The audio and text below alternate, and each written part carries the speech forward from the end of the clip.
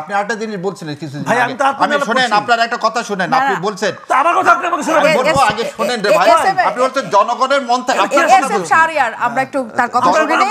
তিনি বলেছেন আপনি এখানে থাকেন। আরটিভির আচ্ছা ক্ষেত্রে, ঠিক আছে, আপনি বলেন আরপিওর ক্ষেত্রে আমি কি বলছি, আমার কথা কোথায় আপনার আপত্তি আছে, এটা নিয়ে আপনি আমার সঙ্গে বসে 10 ঘন্টা আলাপ করেন। না 10 ঘন্টা না, এখানে জনগণকে জানতে হবে, আমার আপনার পার্সোনাল কথা না তো।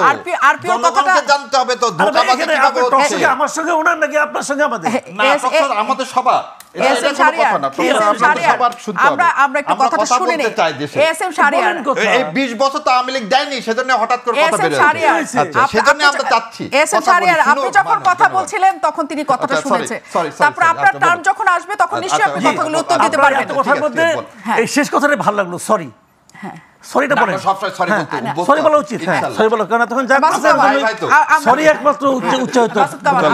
আমি যেটা বলি, আজকে অনেকে জিজ্ঞাসা করলো যে আওয়ামী লীগ কি থাকবে কিনা। কয়েক আওয়ামী লীগের তো নিবন্ধন স্থগিত, আর কোথাও নিবন্ধন স্থগিতে কোনো অপশনই নাই।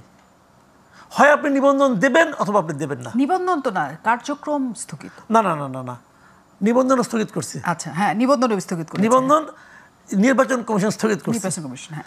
এবং নিবন্ধন স্থগিত করেন কেমন আপনি? আপনি কিভাবে করলেন? আপনি তো আরপিও নিয়ে চলবেন, আপনি আরপি উপরে দেখেন। হয় বাতিল করতে হবে, নইলে আপনি হয় রাখবেন না রাখবেন না। হ্যাঁ, ওটা স্থগিতের কোনো অপশনই তো নাই।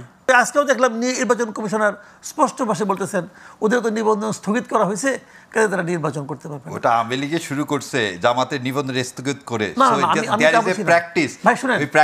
শুরু করছে আওয়ামী লীগ, এবং আজকে আরপিওতে আপনি নিবন্ধনের এই স্থগিত করার বিধান আছে। যখন একজন স্বৈরাজ শাসক এবং যেখানে সমস্ত জনগণ যাকে চাবে না, জীবনের সবচেয়ে বড় ভুল জিয়াউর রহমানের, আওয়ামী লীগকে যখনই সুযোগ দিল নিয়ে আসার, তখন জিয়াউর রহমানকে জীবন দিতে হয়েছে। এবং আজকে আওয়ামী লীগকে যদি আবার এই ইলেকশনের সুযোগ দেওয়া হয়, তাহলে এই জাতির সাথে বেইমানি করা হবে। এতগুলো লোক, আপনি আপনার একটা টক শোতে বলছিলেন যে 3 লাখ না 30 লাখ সেটা ব্যাপার না, ব্যাপার হচ্ছে এখানে 1000 না 1400 লোক মারা গেছে তা না, হাজার হাজার মানুষ পঙ্গু হয়েছে, অন্ধত্ব বরণ করছে, মারা গেছে। যে দল এই কাজ করছে সেই দলের মোরালিটি থাকতে পারে কিনা?